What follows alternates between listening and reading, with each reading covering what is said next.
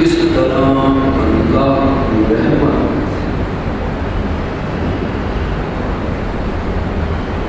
اس کے غضب و غصے پہ بھاری ہے،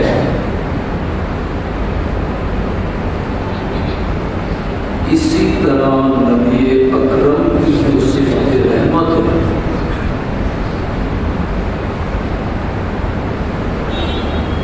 یہ بھی آپ کی ناراضگی اور آپ کے غصے سے بھاری۔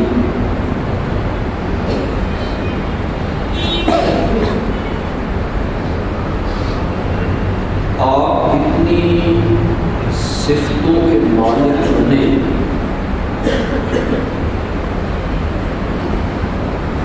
رؤوف ٹھہرے، رحیم بنے، نذیر بنے، بشیر بنے، مبشر بنے،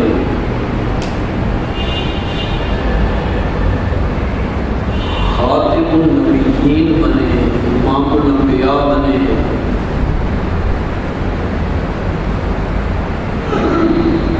کتنے مرتبے آپ پا رہے ہیں تو آپ بشر انسان۔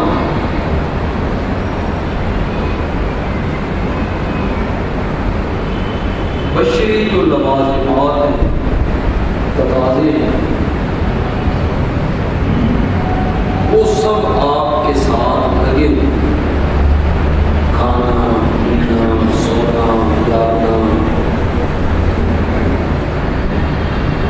صحت، بیماری، رنج، غم، پریشانی، شادی، غمی،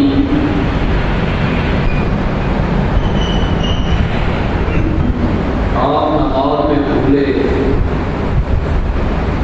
اس کا تذکرہ جب آپ نے خطبے میں کیا تو آپ نے یہی فرمایا تھا انما انا بشر مثلکم انسا کما تنسون، میں بشر ہوں جیسے تم، میں بھول جاتا ہوں جیسے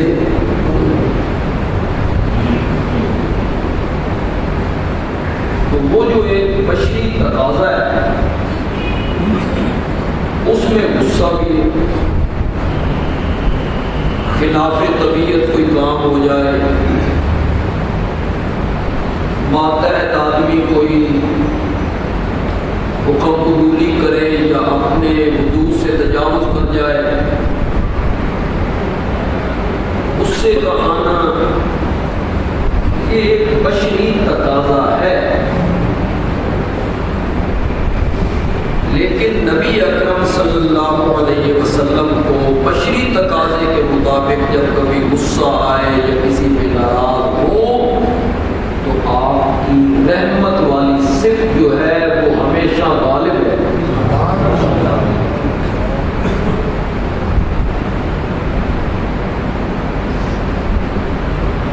میں نے گزشتہ میں ذکر کیا کہ اپنے تو اپنے رہے،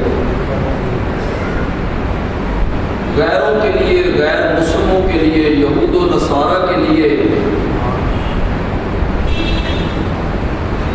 آپ رحمت ہیں، آپ کے دل میں رحم ہے، نرمی ہے، شفقت ہے۔ اس سلسلے میں اگر آپ کو یاد ہو تو ہم نے خطبے کو یہاں ختم کیا تھا کہ مدینہ منورہ میں اسلام کا دوباغہ اوڑھ کے، کلمہ پڑھ کے اور آپ کے پیچھے نمازیں پڑھ کے جس شخص نے آپ کو سب سے زیادہ ستایا وہ ہے عبداللہ ابن ابی، اسے رئیس المنافقین کہتے ہیں۔ قرآن پاک کی ایک سے زیادہ آیتیں ان کا شان نزول آپ حدیثوں میں، تفسیروں میں پڑھیں تو اس کے پس پردہ یہی شخص نظر آتا ہے۔ کبھی یہ آپ کو قتل کی تدبیریں کر رہا ہے، کبھی گھاٹیوں میں گرانے کے مشورے کر رہا ہے، کبھی مہاجرین و انصار کو پانی کے مسئلے پہ لڑا رہا ہے، کبھی یہ شخص علیاذ باللہ مسلمانوں کو ذلیل کہہ رہا ہے اور مدینے کے لوگوں کو ابھار رہا ہے کہ اب ان ذلیلوں کو مدینے میں نہیں رہنے دیا جائے گا، انہیں ہم مدینے سے نکالیں گے اور ہم عزت والے لوگ ہیں، ہم مدینے میں رہیں گے۔ یہ جتنے اس کے بکواس ہیں یہ سب قرآن نے جگہ جگہ ان کو ذکر کیا کہ انہوں نے یہ بات کہی تھی، انہوں نے فلاں بات کہی تھی، انہوں نے فلاں بات کہی۔ یہ آپ کا سب سے بڑا مخالف ہے، مدینہ منورہ میں کلمہ پڑھتا ہے، مسجد میں آتا ہے، پیچھے نماز پڑھتا ہے، بعض جنگوں میں شریک ہوتا ہے۔ اس کی سازشیں، مکر، فریب، میٹنگیں، مجلسیں، اجلاس، ان کی رویداد اللہ اپنے پیارے پیغمبر کو سنا دیتے ہیں۔ رات انہوں نے یہ مشورہ کیا ہے، رات انہوں نے یہ مشورہ کیا ہے، ان کے پول قرآن پاک کھول دیتا ہے۔ یہ سب سے بڑا مخالف ہے آپ کا، کلمہ پڑھنے کے باوجود اور اسلام کا دعویٰ کرنے کے باوجود اور آپ کے پیچھے نمازیں پڑھنے کے باوجود یہ دکھ زیادہ ہوتا ہے نا۔ ایک تو دشمن ہے، یہودی ہیں، عیسائی ہیں، مشرکین مکہ ہے، سب کے علم میں ہے کہ یہ آپ کے دشمن ہیں، کفار ہیں، مخالف ہیں، کوئی موقع ہاتھ سے نہیں جانے دیں گے۔ لیکن ایک آدمی اپنا کہلاتا ہو، کلمہ پڑھتا ہو، قریب بیٹھتا ہو، پیچھے نماز پڑھتا ہو، اور وہ اسلام کے خلاف اور بانی اسلام کے خلاف تدبیریں کرے، سازشیں کرے، اس کا کتنا دکھ لگتا ہے بندے کو۔ یہ رئیس المنافقین عبداللہ ابن ابی، جس نے اسلام کو نقصان پہنچانے کا کوئی موقع ضائع نہیں کیا، اس کا جب انتقال ہونے لگا تو اس نے اپنے بیٹے کو، جس کا نام عبداللہ ہے، باپ کا نام بھی عبداللہ اور بیٹے کا نام بھی عبداللہ، اس نے اپنے بیٹے عبداللہ کو نبی پاک کی خدمت میں بھیجا۔ ایک روایت یہ موجود ہے، ایک روایت ہے کہ وہ از خود آیا، اور ایک روایت ہے کہ اس نے پیغام دے کے نبی پاک کے پاس بھیجا کہ جاؤ اور نبی پاک صلی اللہ علیہ وسلم سے کہو کہ اپنے جسم کے ساتھ لگا ہوا کرتا وہ عنایت کر دیں تاکہ مجھے اس میں کفنایا جائے، اور آپ اپنی لعاب مبارک نکال کے دیں تاکہ مجھے دفن کرنے لگو تو وہ لعاب میرے منہ میں ڈالی جائے۔ اور تیسری گزارش اس نے اپنے بیٹے کے ذریعے یہ کی کہ آپ میرا جنازہ پڑھائیں، میرا جنازہ پڑھانے کے لیے آپ تشریف لائیں۔ آپ ذرا دیکھیے، اس کے کرتوت دیکھیے، اس کا ستانہ دیکھیے، اس کا جگہ جگہ نبی پاک کو تکلیف دینا دیکھیے، اور سازشیں دیکھیے، اسلام کے خلاف اس کا مکر و فریب دیکھیے، چھرے کس طرح گھونپے ہیں اس نے، آپ کی پیٹھ میں گھونپنے کی کوشش کی ہے، اور پھر میرے نبی کی رحمت دیکھی ہے۔ یہاں پھر محسوس ہوتا ہے کہ سچ کہا ہے اللہ نے، وما ارسلناک الا رحمت للعالمین۔ ذرا ہم اپنے آپ کو دیکھیں نا، پھر پتہ چلتا ہے۔ چھوٹی چھوٹی سی بات پہ ہم کھڑک اٹھتے ہیں، ملازم کوئی قصور کرے، سیلز مین کوئی قصور کرے، شاگرد کوئی قصور کرے تو ہم کھڑک اٹھتے ہیں، پھر وہ معافیا مانگے تو ہم معاف کرنے کے لیے تیار نہیں ہوتے ہیں، پھر ہم اس حسد کو دل میں پال لیتے ہیں، پھر ہم بدلہ چکانے کی کوشش کرتے ہیں، میں بھی کوئی موقع ملے کہ میں اس کو مزہ چکھاواں، ہم اس تک و دو میں رہتے ہیں۔ لیکن ادھر نبی پاک کی حالت کو دیکھیے کہ عبداللہ جو مخلص صحابی ہے آپ کا اور ابن ابی کا بیٹا ہے، اس نے آ کر جب اپنے باپ کا یہ پیغام دیا تو میرے نبی نے نہ کوئی پچھلی بات جتلائی۔ آج تیرا باپ کہتا ہے کہ مجھے کرتا اتار کے دے دو، آج اس کو کرتا چنگا لگنے لگ گیا، کل وہ میرے مقابلے میں آتا تھا، میرے قتل کی تدبیریں کرتا تھا، مجھے وادیوں میں دھکے دینے کے مشورے کرتا رہا، اور بنو قریظہ کے ساتھ مل کر مدینہ منورہ میں ہماری پیٹھ میں چھڑا گھونپنا چاہتا تھا، اسلام کو دنیا سے ختم کرنا چاہتا تھا۔ کل تیرے باپ نے ہمیں ذلیل کہا تھا، آج ان کے کڑتے مانتا ہے، آج ان کی لعاب مانتا ہے، آج ہم اچھے ہو گئے ہیں۔ میرے نبی نے پچھلی کوئی بات نہیں جتلائی، اور عبداللہ ابن ابی کے تینوں خواہشات اور مطالبات کو میرے نبی نے مان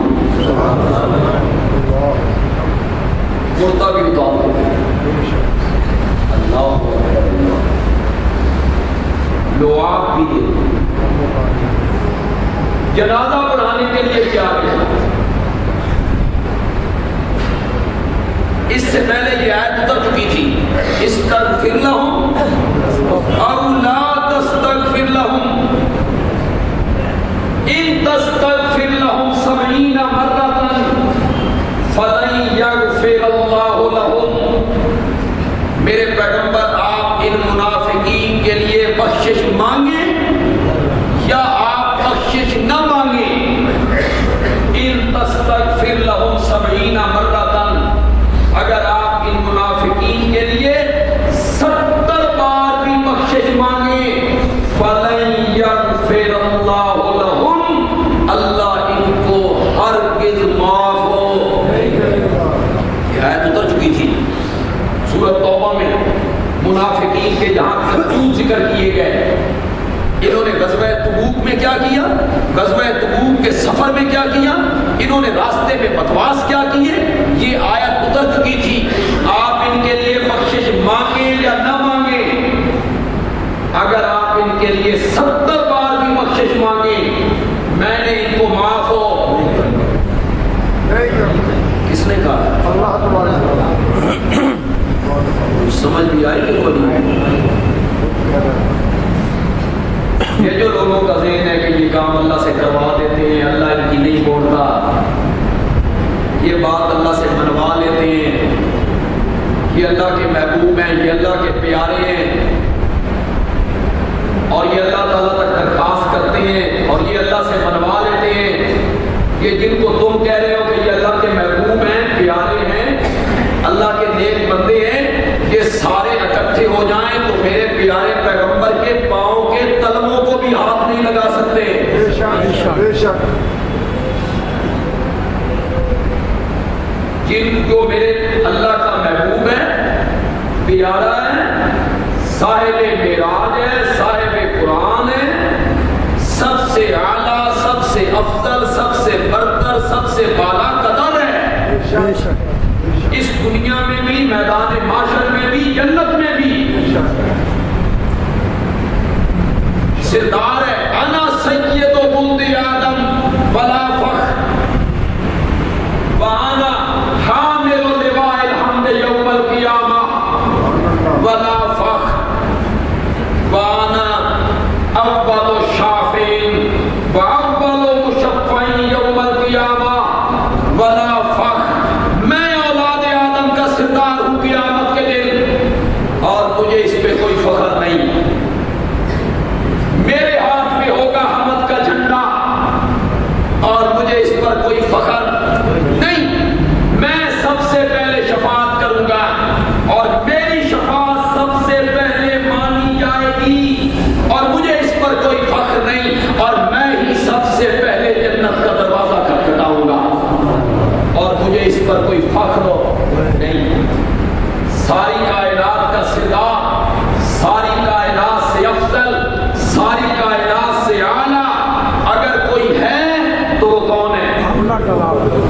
اور قرآن تو کیا کہہ رہا ہے؟ استغفر لہم او لا تستغفر لہم، تو ان کے لیے بخشش مانگ یا بخشش نہ مانگ، ان کا جنازہ پڑھ یا ان کا جنازہ نہ پڑھ، میرے پیغمبر اگر آپ 70 بار بھی ان کے لیے بخشش کی دعا مانگیں گے، فَلَن يَغْفِرَ اللَّهُ لَهُمْ، اللہ ان کو معاف ہو۔ کیا ثابت ہوا؟ زبردستی کی شفاعت کوئی نہیں، زبردستی کی سفارش ہو کوئی نہیں، ڈنڈے کے زور سے کوئی منوائے، مرتبے کے زور سے کوئی منوائے اور اللہ ان کی بات نہ موڑے، یہ سب ٹھکوسلے ہیں اور یہ سب لوگوں کی بنائی ہوئی باتیں ہیں۔ قرآن کہتا ہے کہ سارے اختیارات کا مالک اکیلا اور یکتا اور تنہا کون ہے؟ اللہ۔ چاہے تو مانے چاہے تو نہ مانے۔ کیا یہ حدیث نہیں؟ جائیے علماء سے پوچھیے، جائیے۔ نبی پاک نے فرمایا میں نے اللہ سے دعا مانگی کہ یا اللہ میری امت میں اختلاف نہ ہو، تو رب نے میری یہ دعا نہیں قبول کی۔ جائیے، اگر حدیث میں یہ نہ ہو جو مرضی سنا دی، میں نے رب سے کہا مولا میری امت کو اختلاف سے بچا لے، اللہ نے میری یہ بات نہیں مانی۔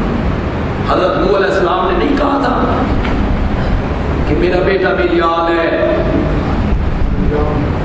پھر حضرت نوح نے اپنے بیٹے کو بچا لیا۔ یہ قرآن ہے کہ تھوڑی سمجھو پائے۔ تمہیں چاہیے کس سے؟ کہانیاں، بزرگوں نے قول، فلانے بزرگ لکھے آتی تھے، فلانے بزرگ لکھے آتی تھے، فلانے بزرگ کو خواب آیا جی، اور فلاں بزرگ نے فلاں کو خط لکھا جی۔ تمہیں چاہیے کس سے؟ اور کہانیاں اور خواب اور کشف اور بزرگوں کے اقوال، اور ہمارے نصیب میں اللہ نے کیا ہے قرآن۔ قرآن کہتا ہے استغفر لہم او لا تستغفر لہم، آپ ان کے لیے بخشش کی دعا مانگیں یا نہ مانگیں، 70 بار بھی مانگیں، فلن یغفر اللہ لہم، اللہ نے ان کو معاف ہو نہیں کرنا۔ یہ آیت اتر چکی تھی، اس کے باوجود نبی پاک پہنچی ہیں اور حضرت عمر نے جب روکا ہے کہ یا رسول اللہ کس کا جنازہ ہے، اس کی خواستیں دیکھیں، اس کی شرارتیں دیکھیں، اس کی شیطنت دیکھیں، ماضی میں اس نے کیا کچھ کیا ہے۔ اور قرآن نے کہا استغفر لہم لا تستغفر لہم تستغفر لہم، نبی پاک نے فرمایا فاروق اعظم ہو اللہ میں منع تیری لگی،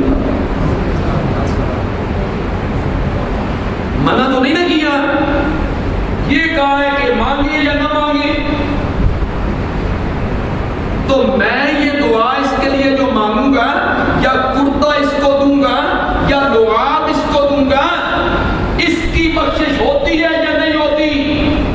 یہ میری شفقت، یہ میرا اخلاق، یہ میرا رویہ۔ جب عبداللہ ابن ابی کے ماننے والوں کو پتہ چلے گا تو ہزاروں کی تعداد میں لوگ مخلص مومن بن جائیں گے۔ سبحان اللہ۔ اسے فائدہ ہو یا نہ ہو،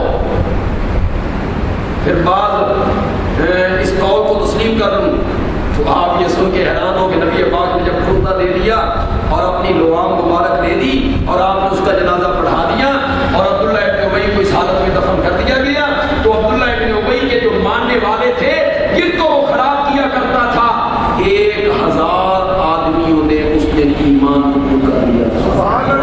اس رویے کو دیکھ کے، میرے نبی کی اس رحمت والے رویے کو دیکھ کے کہ عبداللہ ابن ابی کیا کرتا رہا اور آج آمنہ کے لال نے کیا کر دیا۔ آپ نے جنازہ بھی پڑھا تھا۔ اس کے بعد دوسری آیت اتری وَلَا تُصَلِّ عَلَىٰ أَحَدٍ مِّنْهُمْ مَاتَ أَبَدًا وَلَا تَقُمْ عَلَىٰ قَبْرِهِ، میرے پیغمبر ان منافقوں میں سے اگر کوئی مر جائے لا تصلی، تو آپ نے اس کا جنازہ نہیں پڑھنا، وَلَا تَقُمْ عَلَىٰ قَبْرِهِ، اور آپ نے اس کی قبر پہ بھی کھڑا نہیں ہونا۔ کس لیے؟ دفن کرنے کے لیے یا دعا کرنے کے لیے، دونوں معنی ہو سکتے ہیں۔ دفن کرنے کے لیے یا اس کے لیے دعا کرنے کے لیے؟ آپ نے اس کی قبر پہ بھی کھڑا نہیں. کہ میرے نبی کا رویہ تو دیکھیے، اتنا بڑا دشمن، اتنا بڑا مخالف، اتنا دکھ دینے والا، اتنی پریشانیوں کا سبب بننے والا، اس کی موت پر میرے نبی نے رحمت کا کیسا رویہ ہے. اس حدیث کو ماننا بھی پڑتا ہے. تو آپ خدا کی قسم حیران ہو جائیں گے، میں خود حیران ہوتا ہوں کبھی کبھی، میں خود حیران ہوں. جنازہ پڑھا کے گھر چلے گئے، میت اٹھا کے قبرستان لے گئے اور آپ جنازہ پڑھا کے گھر آ گئے. پھر آپ گھر سے نکلے، قبرستان پہنچے. اس وقت عبداللہ ابن ابی کو قبر میں لٹایا جا چکا تھا. آپ اس کی قبر میں اترے، اسے اٹھا کے اس کا سر اپنی ران پہ رکھا اور اس ٹائم اپنی لعاب نکال کے آپ نے اس کے منہ میں ڈالی. کوئی اندازہ کر سکتے ہو؟ اللہ اکبر، اللہ اکبر. جس قبر میں رحمت کائنات خود اتر گئے ہو، نہیں ہو سکتا، نہیں ہو سکتا. ہم تو حج عمرے میں جائیں پھر مدینے چلے جائیں تو وہ گلیاں، وہ پہاڑ، وہ خندقے، وہ دیکھنے کے لیے جاتے ہیں جہاں نبی پاک چلا پھرا کرتے. سبحان اللہ. اس محراب کو، اس جگہ کو جہاں نبی پاک کے کبھی قدم لگتے ہیں، اس جنت البقیع میں نبی پاک تشریف لاتے ہوں گے. یہ ہماری حالت ہے اور اس کو خوش قسمتی تصور کرتی ہیں. اس آدمی کا اندازہ لگائیے جس کی قبر میں کون اترا ہے. پھر اس کا سر اپنی ران پہ رکھا. اللہ اکبر، اللہ اکبر. عبداللہ ابن ابی، تیری شرارتاں دی بھی انتہا کوئی نہیں، پر آمنہ دے لال تیری رحمتاں دی بھی انتہا. حد ہو، حد. یہ کس سے رویہ اختیار ہو؟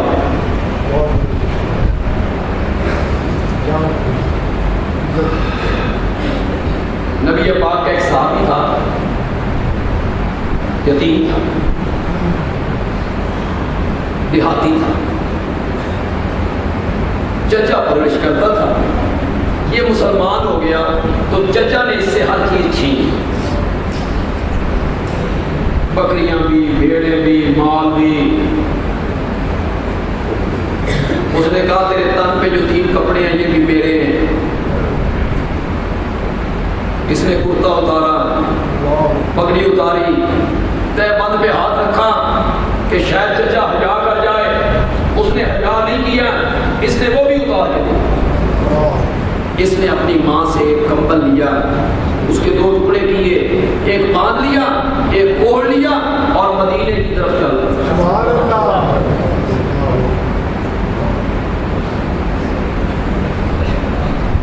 مسلمان ہوا. اس کا نام تھا عبد العزا. نبی پاک نے نام رکھا عبداللہ. یہ غزوہ تبوک میں شامل ہے. تو یہ کہتا ہے یا رسول اللہ، رب نے ساری آرزویں پوری کر دی ہیں، ایمان دیا، اسلام کی نعمت دی، آپ کی رفاقت دی اور اسلام کے لیے سب کچھ قربان کرنے کی ہمت دی.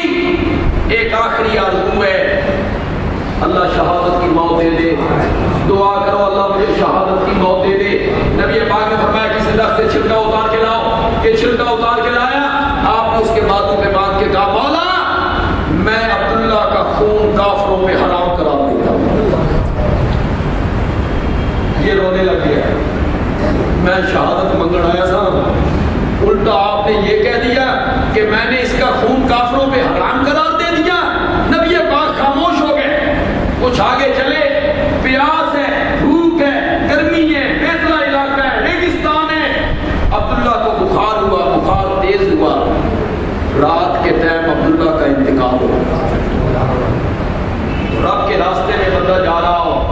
جہاد کے لیے، تو جو راستے میں کبھی موت بھی مر جاتا ہے اللہ اس کو بھی شہید کر دیا۔ اللہ نے شہادت بھی دے دی اور وہ نبی پاک کی بات بھی پوری کر دی۔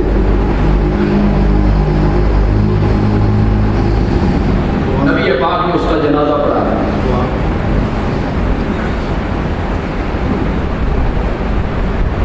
بلال کے ہاتھ میں لالٹین، رات کا ٹائم،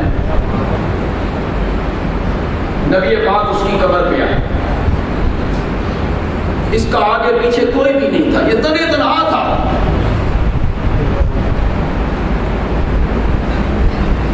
قبر میں حضرت ابو بکر، حضرت عمر اترے ہوئے تھے اس کو لینے کے لیے اور قبر پہ رکھنے کے لیے، کہ اچانک نبی پاک نے فرمایا باہر آ جاؤ۔ حضرت ابو بکر، حضرت عمر دونوں باہر آ گئے اور نبی پاک خود قبر میں اتر گئے، اور آپ نے فرمایا ادب لے اخی کو، ادب سے، احترام سے اپنے بھائی کو میرے ہاتھوں میں دو۔ نبی پاک نے ہاتھوں میں اٹھایا، قبر میں لٹایا اور پھر آپ نے اس کے ماتھے کو چوما، اور چوم کے آپ نے ایک جملہ کہا، وہ جملہ بڑا خوبصورت ہے۔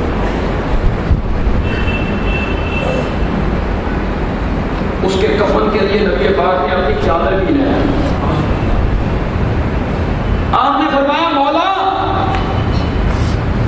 اس وقت تک کیوں میں اس کی قبر میں اتر کے کھڑا ہوں، اس وقت تک میں اس پر راضی ہوں، مولا تو بھی اس پر راضی ہو جائے۔ حضرت عمر کی چیخیں ہیں، تاریخ کے یہ لفظ ہیں۔ حضرت عمر کہتے ہیں عبداللہ کاش تیری جگہ پہ آج میں مر گیا ہوتا، رحمت کائنات قبر میں اتری ہے، آپ نے اپنے رحمتوں والے ہاتھوں سے تجھے اتارا ہے، اور پھر اب تیرے ماتھے کو چومیں اور پھر یہ جملے کہیں اس وقت تک میں اس پر راضی ہوں۔ کسی کی قبر میں رحمت کائنات کا اتر جانا معمولی بات ہے، کیا خیال، کیا مقام، قبر میں اترے۔ عبداللہ ابن ابی کو اٹھایا، رات پہ رکھا، اس وقت اپنی لعاب نکالی اور اس کے منہ میں ڈالی۔ پھر عبداللہ ابن ابی کی بخشش ہو گئی، اللہ نے عبداللہ ابن ابی کو معاف کر دیا۔ کتنے مسئلے حل ہوئے، واقعہ کو بطور واقعہ نہ سنا کرو، نہ پڑھا کرو، اس میں ڈوبا کرو اور بطور نصیحت پڑھا کرو۔ کتنے مسئلے حل ہوئے۔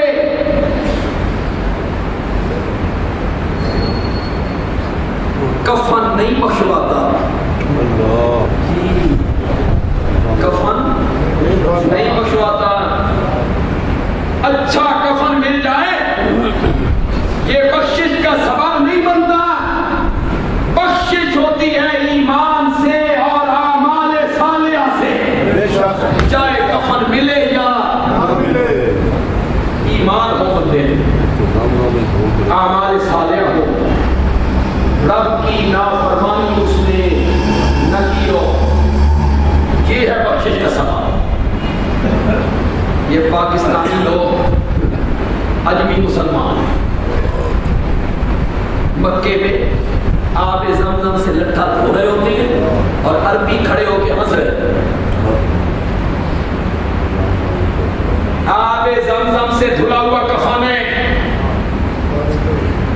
آب زمزم میں بھگویا ہوا کفن ہے، یہ کفن پہن کے جب میں قبر میں جاؤں گا اور میال فرشتیاں دی میں اڑے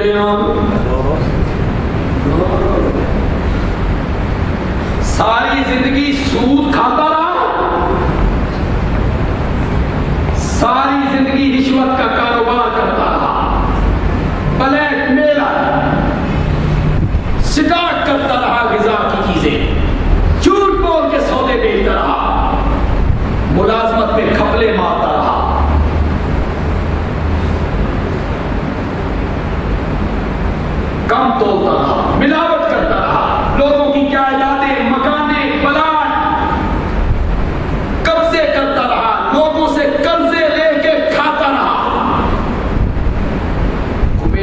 کٹھیاں کر کے نستا رہا.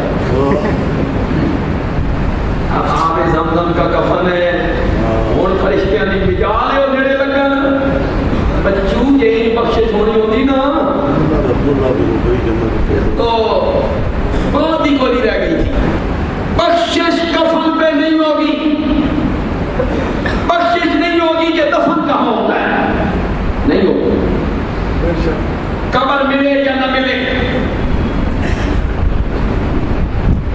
جمعے کا وقت چونکہ بڑا محدود ہوتا ہے اور اس میں یوں گزر جاتا ہے. تو اشارہ کروں گا صرف, آپ سمجھدار لوگ ہیں انشاءاللہ سمجھ جائیں گے. کفن کے لیے صرف ایک چادر ہے, سر کانپتے ہیں نا تو پاؤں ننگا ہو جاتا ہے, اور پاؤں ڈھانپتے ہیں تو کون ہے؟ امیر حمزہ. اوت کا میدان ہے, امیر حمزہ ہے, چادر پوری نہیں ہے. یا رسول اللہ کیا کرے, پاؤں ڈھانپیں گے سر؟ آپ نے فرمایا سر ڈھانپ دو. تو پاؤں, فرمایا گھاس رکھ دو, گھاس رکھ دو پاؤں پہ. پاؤں گھاس سے چھپائے گئے, اس پہ ڈالنے کے لیے کوئی کپڑا نہیں تھا. اور نبی پاک نے فرمایا میرے سامنے سے آسمان کے پردے ہٹائے گئے اور میں نے اپنے چچا کو جنت میں دیکھا ہے. کفن پہ بخشش ہوتی ہے. یہ ہم اجمی مسلمان ہیں, اتنے آیت الکرسی والی چادر پاؤ گی, ہمیں ساری زندگی آیت الکرسی نہ پڑی ہوگی. قرآن پڑھ پڑھ کے بخشو جی, ہمیں ساری زندگی اس بندے قرآن کو ہاتھ نہ لایا ہوگی. آیت الکرسی والی چادر اوپر آئے گی تو مردہ کئی بیچارے عہد نامہ رکھتے ہیں ساتھ. عہد نامہ نہ رکھو, فرشتے آئیں گے تو دیکھ کے جواب دے دو. یہ ادبی مسلمان ہے. عہد نامے, آیت الکرسی والی چادر. نبی پاک نے جو فرمایا اپنے مردوں کو سفید کپڑوں میں کفن دیا کرو. اوپر والی چادر کالی کر دیتے ہو. اوپر والی چادر بھی جو ہونی چاہیے اس کا رنگ بھی کیا ہونا چاہیے. نبی نے جو کہا ہے پسند کیا سفید رنگ کو. بخشش کفن سے نہیں ہوگی, کس سے ہوگی بخشش؟ بھاویں تسی منو تے بھاویں نہ منو, گل ایمان اور اعمال زندگی صحیح گزارے, شریعت کے مطابق گزارے, حرام خوری سے بچے.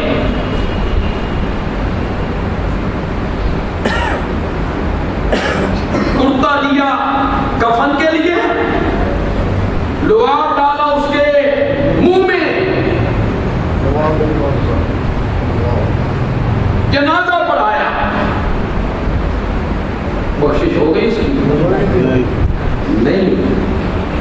معلوم ہوتا ہے سارا ملک اور سارے اختیار کس کے ہاتھ میں؟ صرف. پھر کفار پہ میرے نبی کی رحمت دیکھیے. فتح مکہ کے دن آ رہے ہیں, کچھ فاصلے پہ نبی پاک نے 10,000 لشکر کو ٹھہرایا. رات کے ٹائم فرمایا الگ الگ آگ جلاؤ. 10,000 کے لشکر میں الگ الگ آگ جل رہی ہو تو دور سے بڑا عجیب منظر لگتا ہے. مکے والے دیکھا یہ کون آ گئے. ابو سفیان 1-2 آدمیوں کو لے کے تحقیق کے لیے نکلا.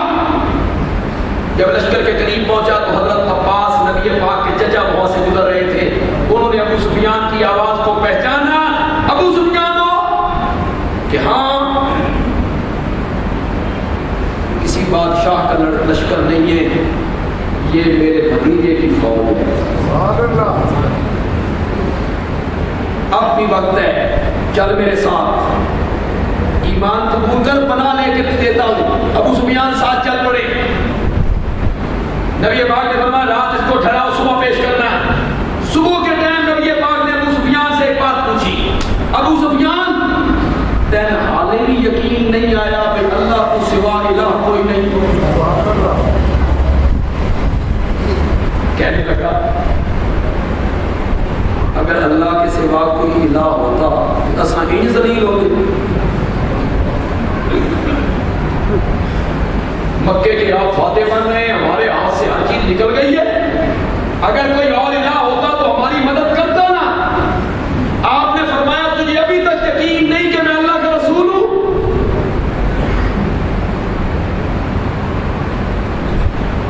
کہتا ہے اس میں تو ابھی کچھ شک ہے، میں سمجھتا ہوں دشمنوں کے دھرے میں پھنسا ہوا ہے، ہر طرف ننگی تلواریں، یہ فاتح بن کے آ رہے ہیں، لیکن جو کچھ ابو سفیان کے دل میں تھا وہی کچھ اس کی، یہ بھی بہادروں کا کام ہے، اس دنوں کا کام نہیں ہوتا، اس میں ابھی کچھ شک ہے۔ نبی پاک نے فرمایا عباس چچا یہاں سے لشکر لے گزرنا ہے نا، اسے ذرا اونچی جگہ پہ ٹھہراؤ، کھڑا کرو۔ مختلف رستے گزرنے لگے، بنو تمیم، بنو عدی، بنو امیہ، انصار میں خطرے، اوس، ہر لشکر کے جھنڈا لگ گئے، ٹولیاں گزر رہی، ایک ٹولی، دو ٹولی، 3، 4، 5، ان میں جو انصار کا ایک جھنڈا ہے وہ سعد ابن عبادہ کے ہاتھ میں، رضی اللہ تعالیٰ، وہ بڑے سردار قسم کے آدمی ہیں، ان کے ہاتھ میں جھنڈا۔ انہوں نے ابو سفیان کو دیکھا کہ ابو سفیان سامنے کھڑا ہے، یہ اود میں ہمارے مقابلے میں آیا، خندق میں ہمارے مقابلے میں آیا، بدر کے لیے یہ رسد لایا تھا شام کے علاقے سے۔ اسے دیکھا تو حضرت سعد نے نعرہ لگایا یوم یوم الملحمہ۔ ایک منٹ کے لیے تصور کرو اس جگہ پہ اگر ہم بھی ہوتے، یہاں 10 سال پہلے نکالا گیا تھا، مارا گیا تھا، پیٹا گیا تھا، پھر ٹھنڈی ہوئی تھی، اور آج اسی شہر میں میرا نبی فاتح بن گیا۔ اللہ اکبر، جوش ہے، ولولہ ہے، خوشی ہے، مسرت ہے، اس میں حضرت صاحب نے نعرہ لگایا یوم یوم الملحمہ، آج بدلے کا دن ہے، آج پچھلے سارے بدلے چکائیں گے،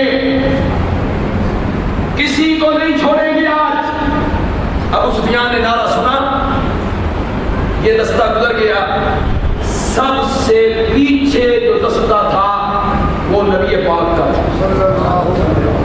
سبحان اللہ، سبحان اللہ، یہ میرے نبی کی عاجزی ہے، انکساری ہے، تکبر، غرور، اس کا شائبہ بھی میرے نبی کی ذات میں موجود ہو نہیں ہے۔ آگے آگے چلنا تکبر ہے، غرور ہے، اونٹنی پہ سوار ہے، سب سے پیچھے دستہ ہے، اور آپ کا سر مبارک اونٹنی کی کوہان کے ساتھ لگا۔ پیچھے کون بیٹھا ہے؟ کوئی شہزادہ، حضرت زید بن حارثہ، غلام کا بیٹا اسامہ، ایک غلام زادے کو پیچھے بٹھایا اور نبی پاک اس اونٹنی پہ سوار ہے، کوہان کے ساتھ آپ کا سر مبارک لگا ہوا ہے۔ قریب سے گزرے تو ابو سفیان نے کہا جناب آپ نے نعرہ سنا ہے سعد ابن معاذ کا، کہ کیا کہا اس نے کہ اليوم یوم الملحمہ، آج بدلے کا دن ہے، ہم بدلے چکائیں گے۔ آپ نے سعد کے لشکر کو، دستے کو واپس بلایا، ادھر آؤ۔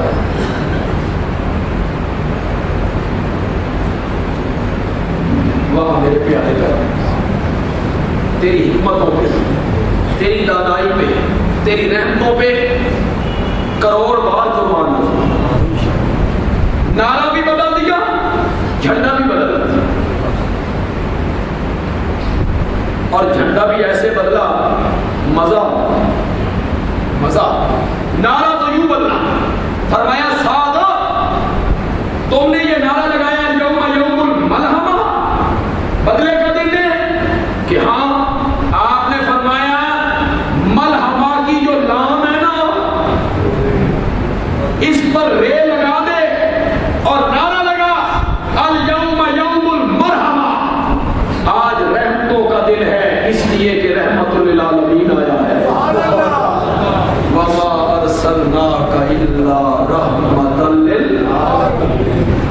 الیوم یوم الملحمہ نہیں بلکہ الیوم یوم الملحمہ. اور ساتھ تو نے یہ نعرہ غلط لگایا ہے، لہذا جھنڈا تیرے ہاتھ میں نہیں ہونا چاہیے. تو اس بات میں آگے ہے، جھنڈا تیرے ہاتھ میں نہیں ہونا چاہیے. جھنڈا واپس لیا اور واپس لے کے حضرت سعد کے بیٹے قیس ابن سعد کے ہاتھ میں دیا. باپ سے لیا اور باپ سے لے کے وہ جھنڈا ان کے بیٹے کو دے دیا. بیٹا اگر عزتیں پائے، بیٹا اگر سرداریاں پائے، بیٹا اگر افضلیت پائے، بیٹا اگر اونچا اڑے تو باپ خوش ہوتا ہے. یہ واحد رشتہ ہے. باقی سب حسد کرتے ہیں لیکن باپ خوش ہوتا ہے کہ پتر میرے نام کے اوپر ٹوٹ جائے. تو آپ نے وہ جھنڈا لیا اور جھنڈا لے کے ساتھ کے بیٹے کے حوالے کیا اور فرمایا آج بدلے کا دن نہیں ہے، آج رحم تو. بیت اللہ میں داخل عثمان ابن طلحہ کنجی بردار جاہلیت کے زمانے میں، اس سے چاہیے تھوڑا سا پس منظر دکھاؤں گا. جب نبی پاک ہجرت سے پہلے مکے میں ہوتے تھے، مظلوم تھے، مال کھا رہے تھے. ایک دن نبی پاک نے عثمان ابن طلحہ سے کہا تھا میں بیت اللہ کے اندر جا کے کچھ پڑھنا چاہتا ہوں، چابی دے، دروازہ کھول. اس نے کہا تیرے لیے نہیں کھول سکتا، تو گستاخ ہے، سابی ہے، ہمارے باپ دادے کے مذہب سے بغاوت کی ہے تو نے، تیرے لیے نہیں کھول سکتا. نبی پاک نے فرمایا عثمان ایک دن آئے گا چابی میرے ہاتھ میں ہوگی، اس دن میں جس کو چاہوں گا یہ چابی دوں گا.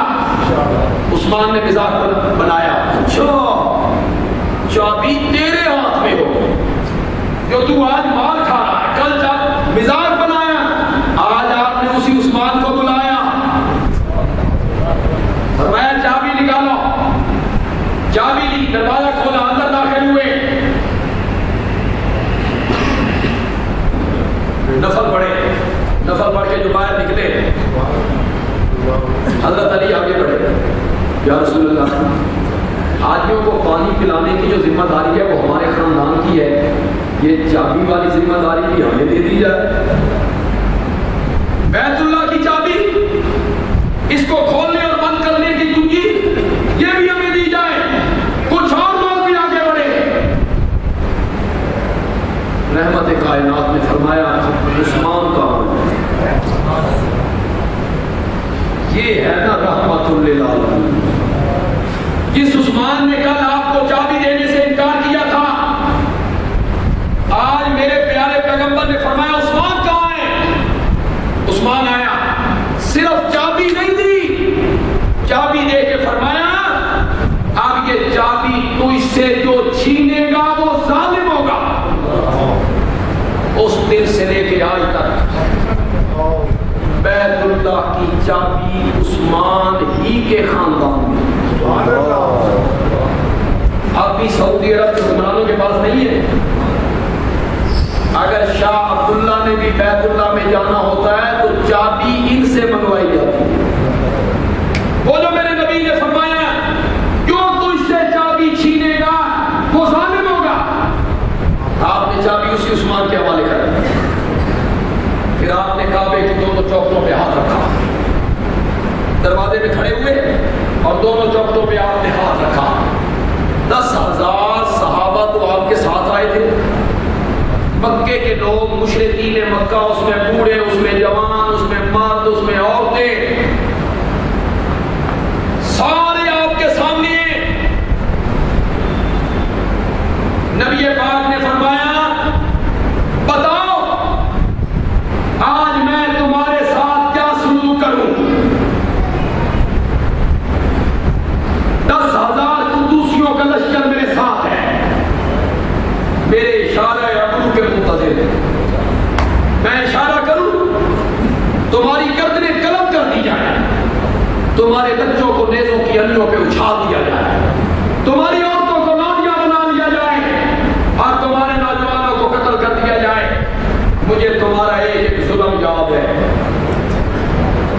بلال کا تپتے ہوئے کولوں پہ لیٹنا میں نہیں بھولا ہوں، حضرت سمیہ کا مکے کے چوراہے پہ 2 ٹکڑے کرنا مجھے یاد ہے، ابو فقیہ کی پسلیاں توڑنا مجھے یاد ہے، سمیرہ کی آنکھوں میں لوہے کی گرم سلاخیں پھیرنا مجھے یاد ہے، مجھ پر پتھروں کی بارش گند میرے اوپر ڈالنا مجھے یاد ہے، مکے سے مجھے نکالنا، ہجرت کرنے پہ مجبور کرنا اور میرے قتل کی تدبیریں کرنا مجھے یاد ہے، میرے چچا کے جسم کے باہر ٹکڑے کر دیے تم نے، اس کا کلیجہ دل اور گردہ تم نے نکالا، کان ناک آنکھیں تم نے کاٹ لی، مجھے تمہارا ایک ایک ستم یاد ہے، بتاؤ میں تمہارے ساتھ کیا سلوک کروں؟ کہنے لگے تو کریم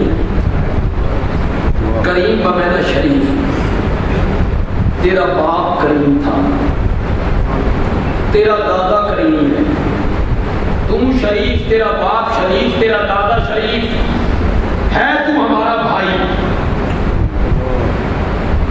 جو شریف سلوک کرتے ہیں وہ سلوک کیجئے۔ پھر میرے نبی نے یہ جملہ بول کے آسمان کے فرشتوں کو بھی حیران کر کے رکھ دیا، فرمایا لا تثریب علیکم اليوم انتم الطلقاء، جاؤ میں نے تم سب کو معاف کر دیا۔ اس دن میرے نبی کی